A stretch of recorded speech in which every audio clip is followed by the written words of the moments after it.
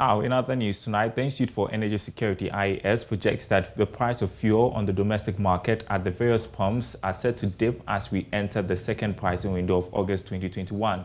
The downward adjustment may, however, be offset by the adjustments from the largest local market holder, that is Guel, Total, and Shell.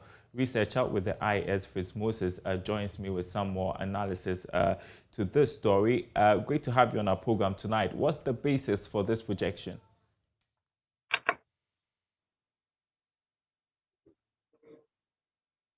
Can you hear me, Fritz?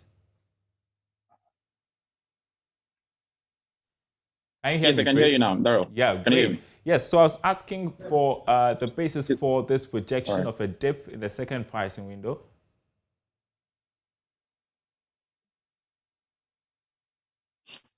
All right. So the IES price projections usually is based on the 15-day rolling basis on analysis of the national benchmark that's Brent crude. Based on that, we analyze the first pricing window of August that started at the end of July to somewhere around 11th of August. And when we analyze the data from the price of Brent crude, we realize that they had dipped by about 1.49%. Now, at the end of the previous window, that's the second pricing window of July. The price of oil at the end of the second pricing window of July, the price of Brent crude on average terms was around $73.19 per barrel mark. However, at the end of the pricing window of the first pricing window of August, the figure dropped down to $72.10 per barrel mark on average terms for the two windows. And again, we also looked at the commodities, that's both gasoline, that's petrol, and then gas oil, that is diesel. And we realized that for petrol, the price had also dropped by some 2.17%. Now, at the close of the second pricing window of July, the price was around $742.25 per metric ton. However, at the end of the first pricing window of August, we saw the price come down to $726.15 per metric ton. That represents the decrease of about 2.17% amongst the two windows. For diesel on the international markets too, we saw the price dip by some 1.77%, ending the previous window or the second price window of July at around $599.25 per metric ton. However, the first pricing window of August had ended at around $588.67 per metric ton, that representing the 1.77% reduction in the price. Now, another factor that affects the price usually is the exchange rate, and so we analyze and see how the CD relation has been to the US dollar, and we saw that at the end of the second pricing window of July, the CD had dipped by some 0.17%, trading previously at 5.85, and then ending that window at 5.86. And so coming into the first pricing window of August, analyzing that, the figure at the end of the pricing window and also that of the second pricing window of July, we saw another dip by about 0.17%, representing an increase from 5.86 Ghana cedis to the US dollar to some 5.87 Ghana cedis to the US dollar. And so based on these calculations and seeing the fact that, again, over the period from the second pricing window of July, we've been seeing the prices come down, particularly for the second pricing window of July to the first pricing window of August. The price dip was in relation or was due to the fact that OPEC had not still resolved on its outputs. And so there was still the uncertainty in the market until the agreement was reached somewhere in the first week on the latter part of July. Then coming into this week, we are seeing the COVID or the Delta variant forcing or causing some an increment or a spike in infections in largest importer of oil, that's China, in Malaysia, in other parts of Asia, in the US, in Europe, and almost entirely around the globe. And this is fueling the speculation that perhaps the restrictions or the new restrictions that have been put in place would affect the demand for prices or for the demand for oil and its products.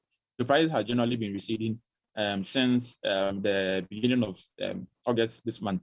That's why we've been seeing the prices go down on international markets as it is. So while you expect the prices to go down, I just wanted to draw your attention to a report we had earlier today, are reporting from the bulk oil distribution companies. They have a different story on their price list. And now, except for diesel, which will go down, the OMCs are expected to increase. No, not the OMCs. The prices are supposed to go up of the other fuel products. And we are hearing that the OMCs will then absorb this. So I just want to ask what you make of this reporting as well.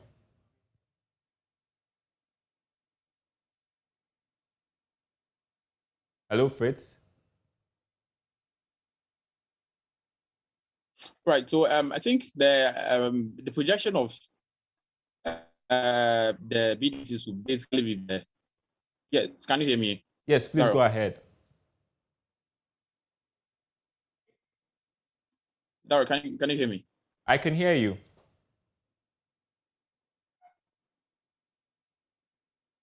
Yeah. All right. So